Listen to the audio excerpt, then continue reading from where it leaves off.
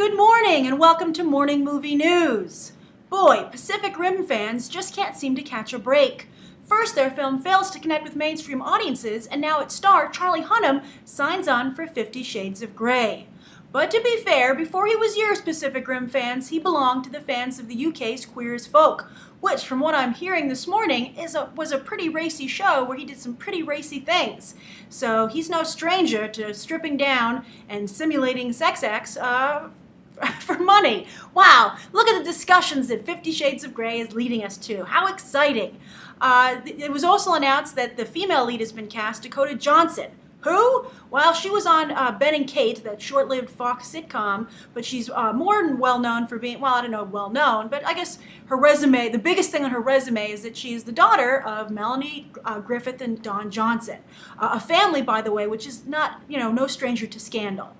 So I think that as far as the film is concerned, 50 Shades of Grey, this is a win for them because both actors are legitimate. They're actual actors. And I think that was the biggest hurdle for them, getting actors who would be willing to star in what is essentially porn. And not just any porn, but BDSM porn, with like weird fetish stuff in it. So it's going to be a very bizarre film. However, the question is, what will this do to the careers of these actors? Is this a great move? Will this make them international stars? Would Charlie Hunnam have signed on for this if Pacific Rim had done better at the box office? Did he look at his numbers and, unlike Armie Hammer, who said his agent also floated the idea to him, say, you know what, maybe I should do this because my career is badly in need of a hit. He has Sons of Anarchy, but, as we've been talking about, contentiously I might add, it's hard to transition from TV to film.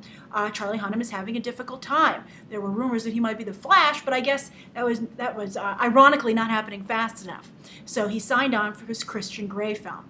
Also, though, I have really very little faith in the film. I'd have more faith in it if they had a more credible director. I think Sam Taylor Johnson is almost like hiring Yoko Ono to direct it. I think she's more of a sensationalist than an artist.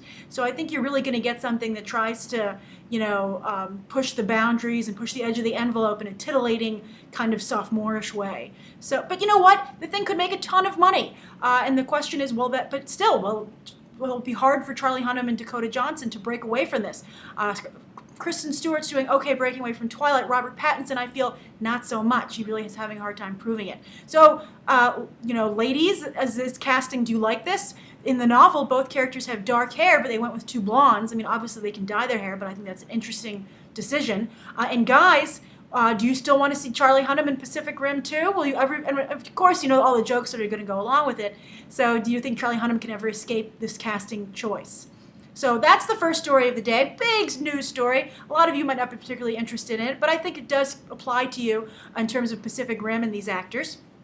The second story, I think everyone should temper their Oscar expectations, at least for now, because I think it's out of control already. As I'll talk about later in Movie Math today, there's a problem with the Oscar situation. I guess I reference it more in Movie Math, but basically, last week everyone said, oh, Gravity debuted at Venice, everyone's so amazed, this is a big Oscar contender. And I got all excited and I was like, oh, how nice for Alfonso Cuarón and Sandra Bullock. Then though, like the next day or something, they said, oh, Prisoners has debuted at another film festival. This is a major Oscar contender. And I was like, Prisoners, really? That Terrence Howard, Hugh Jackman, Jake Gyllenhaal movie? I mean, it looked good, but I don't know about Oscar contender. And everyone's like, no, we saw it and it's amazing. So I was like, well, okay. And then Philomena debuted. And they're like, this debuted to thunderous applause. Everyone's in love with Philomena. And that's the, that's the film with Judi Dench in it, and she plays someone who finds her long-lost son. And I'm kind of upset with that movie, actually, because it seems to tack a happy ending on to a very sad real-life story, which I think is pretty despicable. But apparently that bothered nobody at the film festival where it debuted, and they're all excited. So I was like, okay, Philomena's a contender. And then over the weekend, everyone said, oh, 12 Years a Slave debuted, and this is the real deal. And I was like, this is ridiculous. They can't all be the real deal. So there's two things that could be possibly going on here. One, studios are, calling in favors and buying publicity, just desperate to get, make a name for themselves while it's still not too crowded, because this is going to get ridiculously crowded for Oscars. So that's one possibility. The second possibility is that for some reason, Hollywood finally made a bunch of really good movies, and a lot of them are going to get the short end of the stick when it comes to Oscar season, because there just isn't enough room for all of them.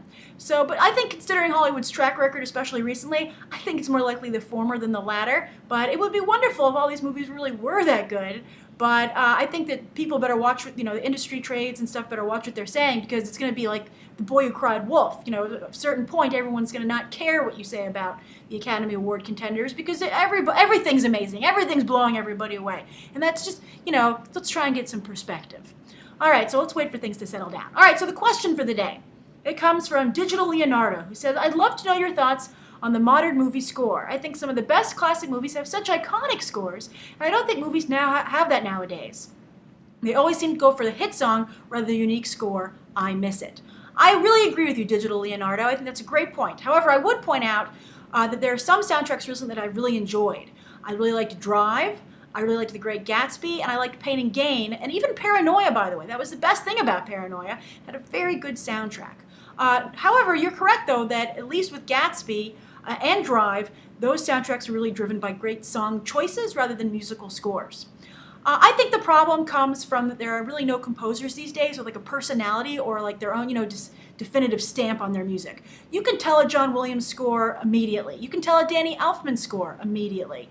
And I think there are really no up-and-coming composers who share that quality, which is a shame, because that means no up-and-coming composers are thinking business-wise, because, if you don't get a reputation, how are you going to get more gigs? How is someone going to be like, oh, I like that person. They're good. Harry Gregson Williams was doing really well for a while, by the way. He was someone I noted and I thought was really impressive, and he doesn't seem to be doing anything right now, or at least anything that's catching anyone's attention.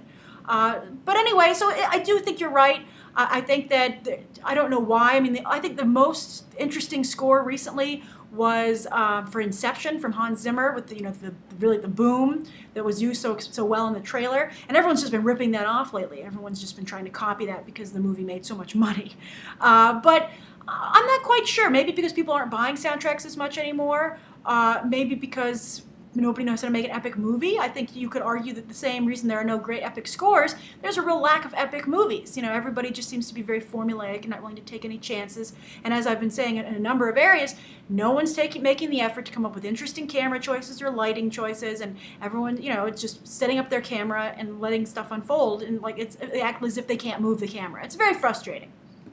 But I would say that as far as overall soundtracks of all time that are my favorites, I use them actually a lot when I'm writing, because I like having something to drive me emotionally.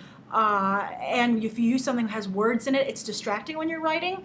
Not so much for writing BTT episodes, but when I write like my comic book Superbia and stuff like that, I like to have music on in the background that I find inspirational. And the soundtracks I actually go to the most. One is Drive, and I also like to listen to Blade Runner and Dr. Zhivago, which I think are two really excellent soundtracks, and they have very different vibes. I think that Blade Runner is great for writing action and sci-fi, and Dr. Zhivago is good for the more epic, romantic, dramatic things that you're working on. So I'm asking everybody here, what kind of soundtracks do you listen to? Do you like to listen to soundtracks when you write? And what do you think of where the soundtrack is today? Do you agree with Digital Leonardo that it's in trouble?